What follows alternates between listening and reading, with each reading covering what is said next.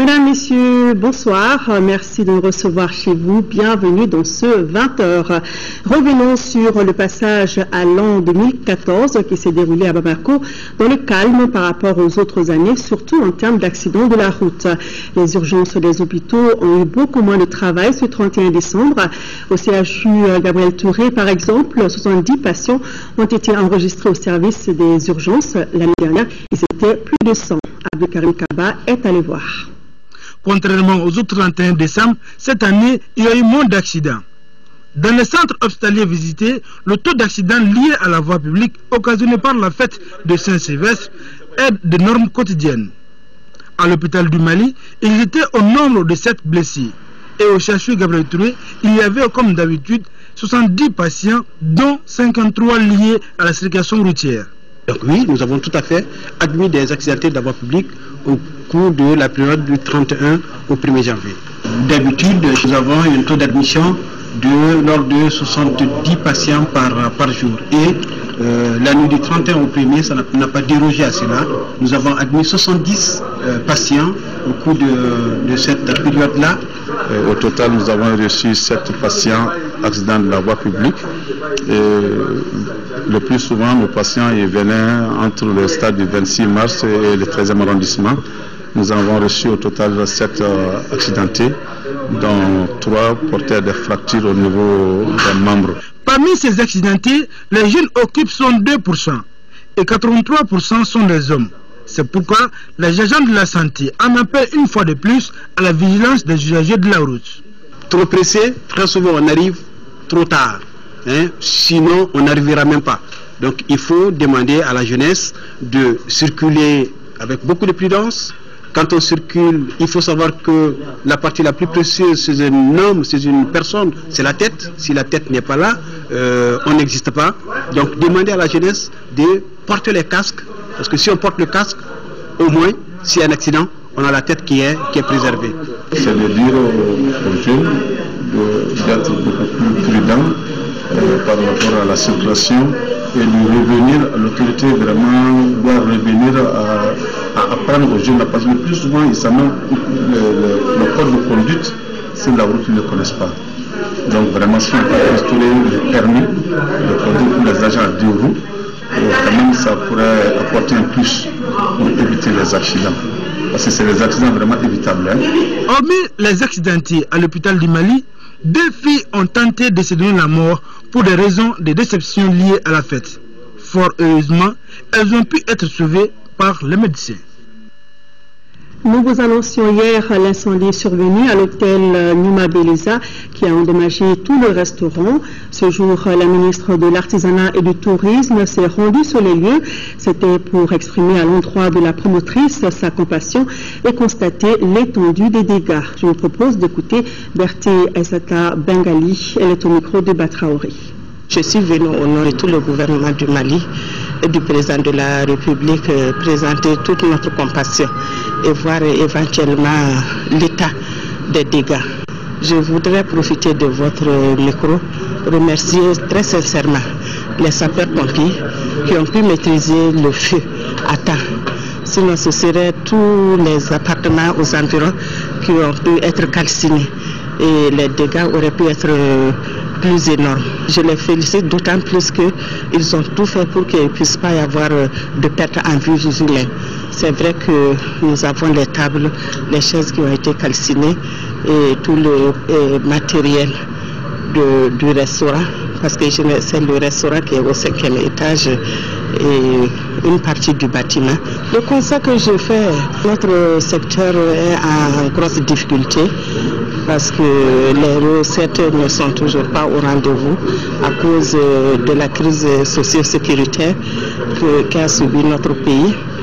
Donc les clients se font de plus en plus rares dans les hôtels et si on ajoute à cela tous ces murs calcinés, le matériel, donc c'est vraiment une grosse perte. Le mois de décembre, mois national de lutte contre le sida, vient de prendre fin.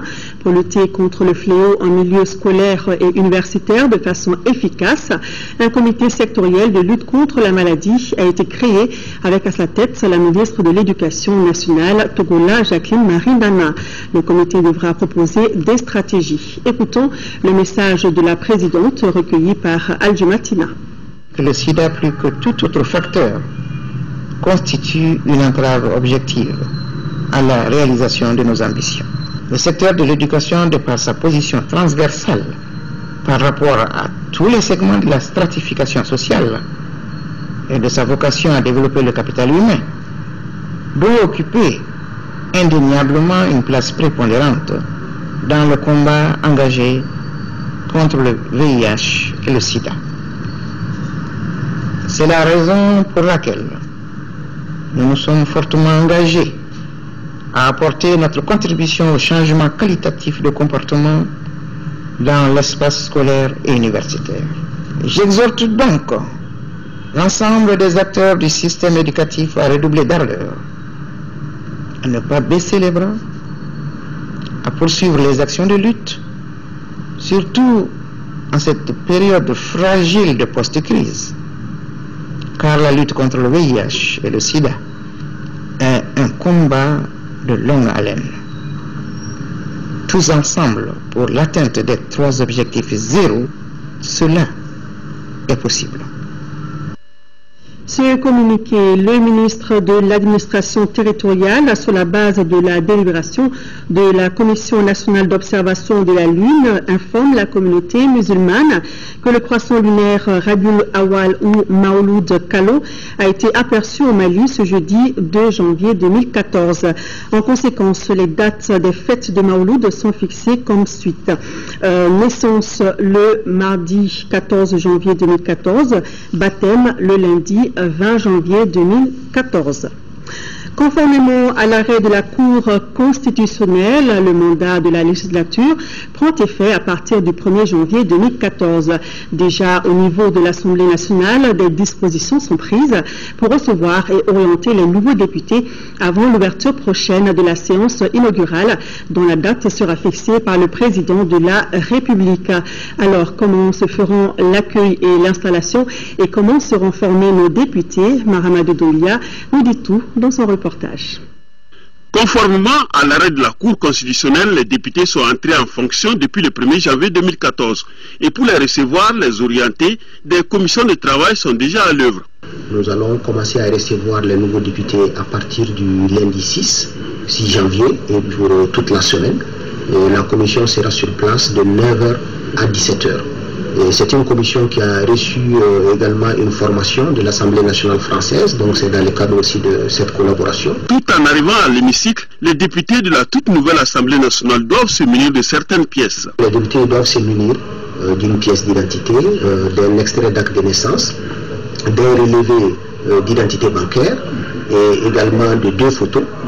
Mais pour les députés qui sont fonctionnaires, on souhaiterait qu'ils viennent également avec une copie de leur arrêté d'intégration à la fonction publique. Et également, il y a des huissiers qui seront dans la salle à leur disposition pour leur montrer le port des écharpes, les macarons, etc.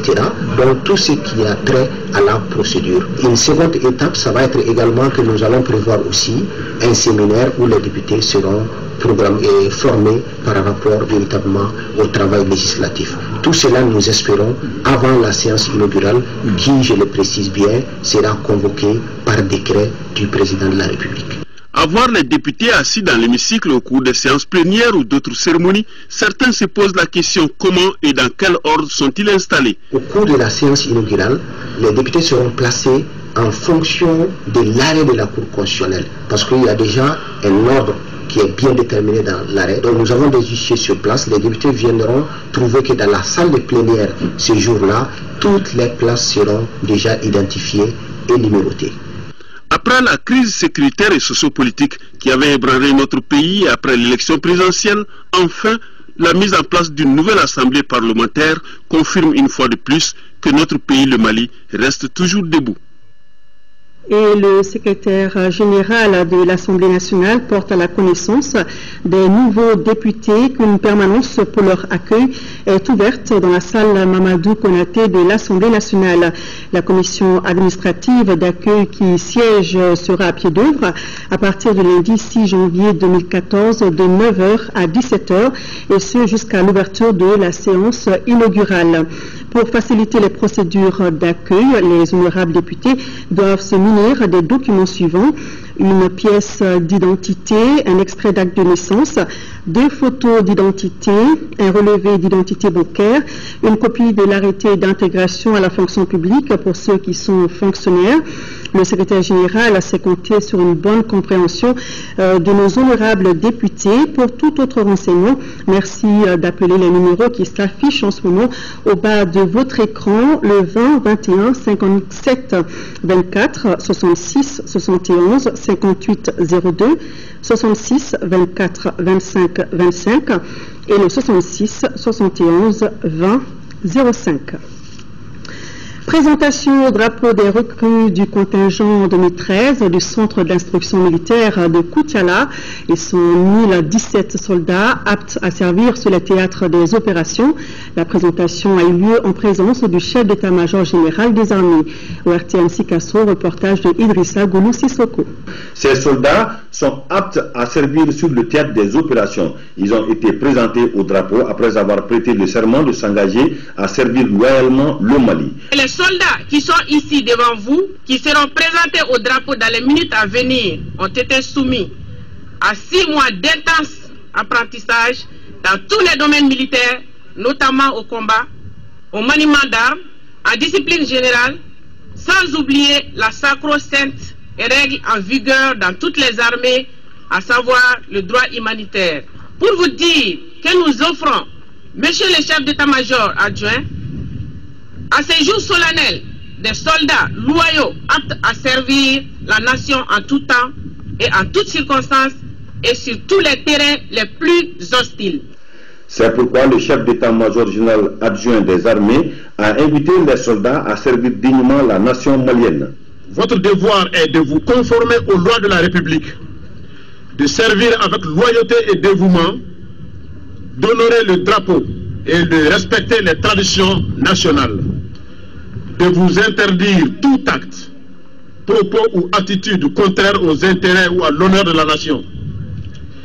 En tant que membre des forces armées et de sécurité ensuite, votre devoir est d'observer la discipline et les règles militaires, d'accepter les suggestions de l'état militaire, d'assurer la protection du secret, de prendre soin du matériel et des installations appartenant aux armées ou placées sous votre dépendance. Les autorités militaires et civiles ont suivi la présentation des recrues au drapeau, le chant du contingent avant d'assister à une démonstration de combat clôturée par un imposant défilé. Voilà, c'était bien en présence du chef d'état-major général adjoint des armées. En 5e région, un projet d'appui à la promotion des femmes a été lancé à Bandiagara pour plus de 173 millions de francs CFA. L'initiative de l'ONG GAS Mali devra renforcer les capacités économiques des femmes de la région. Mahamar Ibrahim Touré. L'ONG GAS Mali, groupe d'animation Action au Sahel Mali, a initié le projet appui à la promotion des femmes engagées dans le commerce transfrontalier et transrégional sur la route du poisson, objet du présent lancement à Bandiagara. Il a été financé par le fonds NEPAD Espagne pour un coût de 173 726 425 francs CFA. Aujourd'hui, avoir un projet qui accompagne les femmes à faire le commerce avec toute la latitude, avec toute la liberté possible, avec tous les moyens requis.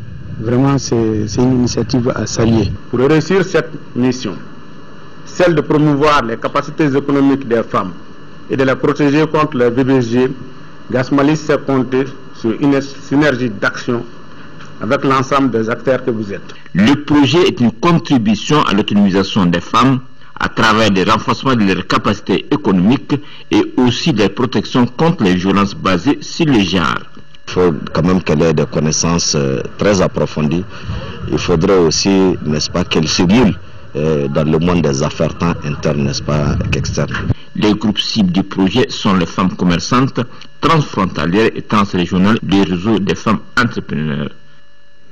À Gao, l'ONG Right to Play et l'UNICEF sensibilisent les enfants sur les dangers des explosifs qui a été fait dans la commune rurale de Gounzoureille. Les précisions de Aïssata Salioumaïga. Préoccupés par l'existence des engins explosifs dans la région de Gao, après les moments de reconquête, Right to Play et l'UNICEF collaborent pour accentuer la sensibilisation de la population dans la commune rurale de Gounzoureille. Ainsi, les enfants et les grandes personnes doivent être informés, sensibilisés et éduqués sur les dangers des R&G. En plus de toutes les campagnes de sensibilisation, Right to Play s'appuie sur son approche pour éduquer, sensibiliser la communauté et à travers une grande mobilisation communautaire. C'est une très bonne chose parce que ça permettra aux enfants quand même de faire attention à tout ce qu'ils voient. Non, surtout que Gao est une zone de conflit.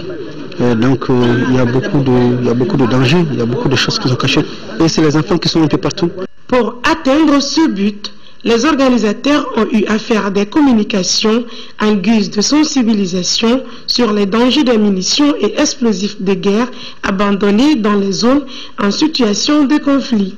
Le marché de Kadji était le mieux indiqué pour véhiculer ce message. Une soixantaine de jeunes volontaires seront mobilisés pour mener cette campagne d'information sur les restes des explosifs de guerre. Les messages choisis sont « Ne touchez pas aux objets suspects »,« Sachez reconnaître les signaux de danger »,« S'arrêter »,« Se souvenir du lieu »,« Signaler », entre autres. Dans quelques jours, les bâtiments administratifs de Kidal seront prêts à recevoir les services déconcentrés de l'État. L'assurance a été donnée au gouverneur de Kidal par les entrepreneurs. Rappelons que les travaux de réhabilitation de ces bâtiments ont débuté le 23 décembre dernier. Timoko Sagara. C'est un véritable maître d'ouvrage que le chef de l'exécutif régional a visité les travaux de restauration des bâtiments administratifs, ainsi de la résidence du gouverneur au logement du contrôle financier en passant par les logements des conseillers du gouverneur, compartiment par compartiment, aucun détail n'a été omis. Je ne peux pas dire quand ça va finir, mais nous espérons d'ici les 10, on va faire le maximum pour vraiment vous mettre à l'aise et mettre la population de Kidal à l'aise. Si à la résidence du gouverneur, l'heure est à la démolition et au ravitaillement en peinture, ciment, électricité et carreaux, au niveau des autres bâtiments, c'est le colmatage des fissures qui est à l'ordre du jour. Dans toutes les entreprises sont décidées. Il y a beaucoup d'entreprises. Nous sommes en groupement. Il y a à peu près 5 groupements de différentes entreprises. Il n'y a pas des entreprises étrangères, c'est ça. Visiblement très satisfait des travaux en cours, le gouverneur n'a pas manqué de lancer une exhortation à tous les entrepreneurs chargés des travaux. Les temps ont changé, donc je leur demande de bien faire le travail, parce que ça sera contrôlé par tous les techniciens. Et chaque fois qu'un technicien contrôle, il trouve une remarque, mais il trouve que tel travail n'est pas bien fait, l'entrepreneur est obligé de revenir là-dessus. Le problème qui me c'est le problème de la main-d'œuvre. En tout cas, les services régionaux, après 6 mois d'occupation des locaux de l'ex-mairie, peuvent avoir espoir de rejoindre leurs bureaux respectifs et faire face au développement de la région de Kidal. Le club Rotary Bamako Djoliba a remis ce jeudi des matériels et divers produits aux enfants hospitalisés au CHU Gabriel Touré. La valeur du don est estimée à plus de 2 millions de francs CFA. Nous Sissoko. Ce don du Rotary Club Bamako Djoliba aux 152 pensionnaires de la pédiatrie du CHU Gabriel Touré est composé entre autres de couches, de jouets, de seaux, d'une quantité importante de savon, de grésil, de gants. L'activité est intitulée Arbre de Noël par Rotary International. Elle consiste à venir en aide à ceux qui sont dans le besoin. Les couches les plus vulnérables, ce sont les enfants, les femmes. Donc nous avons choisi les enfants malades de la pédiatrie pour rester vraiment dans les options vraiment de notre association. Le Rotary Club Bamako Djoliba espère que son geste fera des émules. Le Rotary, contrairement à ce que les gens pensent, n'est pas un club de riches. C'est vraiment de bonne volonté qui ont l'amour de l'autre. Et nous demandons tout simplement à tout le monde de venir nous rejoindre. Le directeur adjoint du CHU, Gabriel Touré, a apprécié ce tapis qui ne peut qu'améliorer la qualité des services selon lui. Cette 8e édition de l'Arbre de Noël a coûté plus de 2 millions de francs CFA au Rotary Club Bamako Djoliba. Un mot de sport. La Fédération malienne d'athlétisme et la Bank of Africa ont animé cet après-midi une conférence de presse.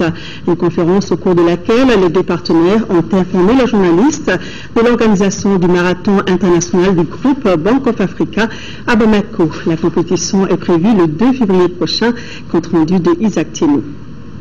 Pour la 6e année consécutive, le marathon international du groupe Bank of Africa sera une occasion de communion entre les athlètes d'Afrique à Bamako. L'édition de 2014 verra la participation de 15 pays contre 14 à la dernière édition. De jour à jour, ce partenariat entre la Fédération malienne d'athlétisme et la Bank of Africa ne fait que se renforcer. Le marathon est une discipline sportive d'endurance, de résistance, du désir de victoire et bien encore que l'athlétisme transfère à la jeunesse. Nos élèves étudiants se mobilisent pour faire une grande participation et nos athlètes militaires, après la libération de notre pays, ils feront preuve d'un engagement et d'une détermination sans faille. Le choix du marathon est lié au fait que c'est une discipline qui met en avant les valeurs communes à notre groupe, telles la persévérance, la gestion disciplinée et rigoureuse de ses ressources, afin d'atteindre le but et franchir la ligne d'arrivée avec succès. Cette année, comme d'habitude, 3 catégories sont concernées par ce marathon international du groupe Bank of Africa, à savoir les cadets, les seniors femmes et seniors hommes. Un partenariat Fédération d'athlétisme groupe Bank of Africa salué par les responsables en charge du sport au Mali.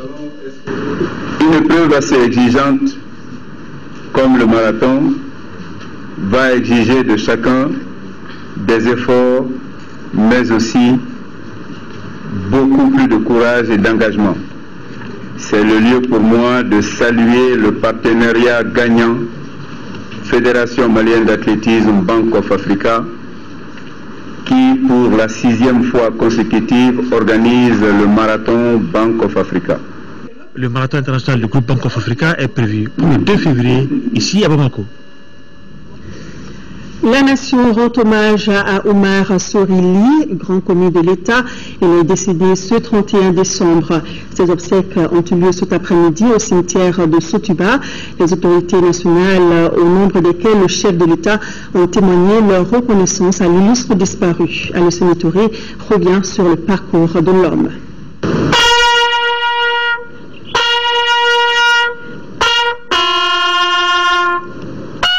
Symbole de constance, de droiture et d'engagement, les qualificatifs n'ont pas manqué pour les amis d'Omar Sorili qui ont tenu à rappeler ce qu'a été la vie et l'œuvre de l'illustre disparu.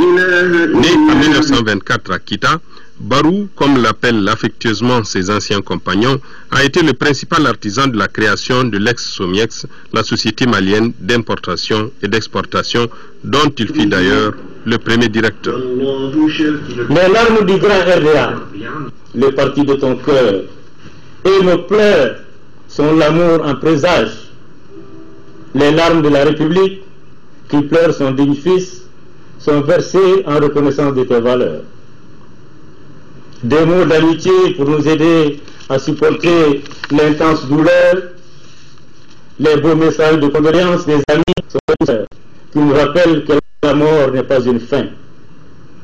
Ton décès, cher camarade, toi qui as été un grand combattant, un grand patriote intrépide, un grand résistant à l'adversité, est une délivrance. Il nous porte vers un nouveau demain. Agissant comme il se doit, face au chantage inadmissible, le gouvernement présidé par le camarade Modibo Keïta a nommé le camarade Omar Sorili, directeur général de la SOMEX, Société malienne d'importation et d'exploitation, et lui a donné un capital de 100 millions de francs pour assurer l'approvisionnement du pays en denrées de première nécessité et l'exportation après commercialisation des produits agricoles tels que l'arachide et le coton. Oumar Solili, à la tête d'une équipe de patriotes, a organisé un réseau de distribution couvrant l'ensemble du territoire national avec un effectif de 1100 employés. La gestion de la CES, comme celle de toutes les sociétés d'État de la Première République, était basée sur le principe de l'équilibre rigoureux. Toute subvention ayant été exclue au départ. Ni la prison, ni la retraite n'ont eu raison de son engagement et de sa détermination. Oumar Sorili aura servi aussi bien en Guinée qu'au Mali, où il a occupé notamment les postes de chef de cabinet du ministre de l'Intérieur, puis directeur de cabinet du vice-président de la République en 1959. Nous sommes réunis ce jour dans la douleur pour rendre un dernier hommage à notre père, notre frère, notre ami, notre oncle, notre grand-père El Hadj Oumar Sorili, que la mort brutale vient d'arracher à notre affection commune ce mardi 31 décembre à l'âge de 90 ans. Il est né vers 1924 à Kati de feu Sorili et de feu Aminata Oumoudia. Feu Al-Hajj Oumar Sorili fit ses études primaires à Kati et obtient son certificat d'études primaires élémentaires en 1939 à Kita. Admis ensuite à l'école primaire supérieure Terrasson de Fougères en 1940. C'est en 1948 qu'il entama sa carrière administrative en qualité de commis expéditionnaire et affecté à Kouroussa où il servira jusqu'en septembre 1955. El Hadj Oumar Sorili reviendra au Soudan actuel, République du Mali, en juillet 1957 à la demande de l'Union soudanaise RDA, dont il fut un militant inconditionnel. Ses brillantes qualités d'administrateur chevronné lui ont valu d'être nommé chef de cabinet au ministère de l'Intérieur et de l'Information du gouvernement de la loi cadre en 1957. En 1960, il est nommé premier directeur général de la plus haute prestigieuse société nationale de notre pays, à savoir la SOMIEX, Société malienne Import-Export. Démocrate convaincu, il fut arrêté en 1974 en même temps que certains de ses compagnons de lutte pour diffusion de tracts dénonçant le référendum organisé par les autorités de l'époque. En 1983, El Hadj Oumar Ly fit valoir ses droits à la retraite. Membre influent de l'USRDA, l'homme sera de tous les combats. Pour ses camarades de l'actuel IMRDA, Barou est toujours présent à travers son œuvre. Il est commandeur de l'Ordre national du Mali. Oumar Sorili bouclait presque ses 90 ans. Il laisse derrière lui une veuve et 7 enfants.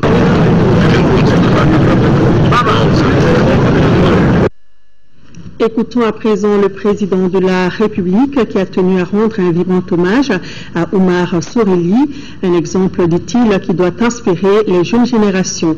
Il est au micro de Alassane Touré.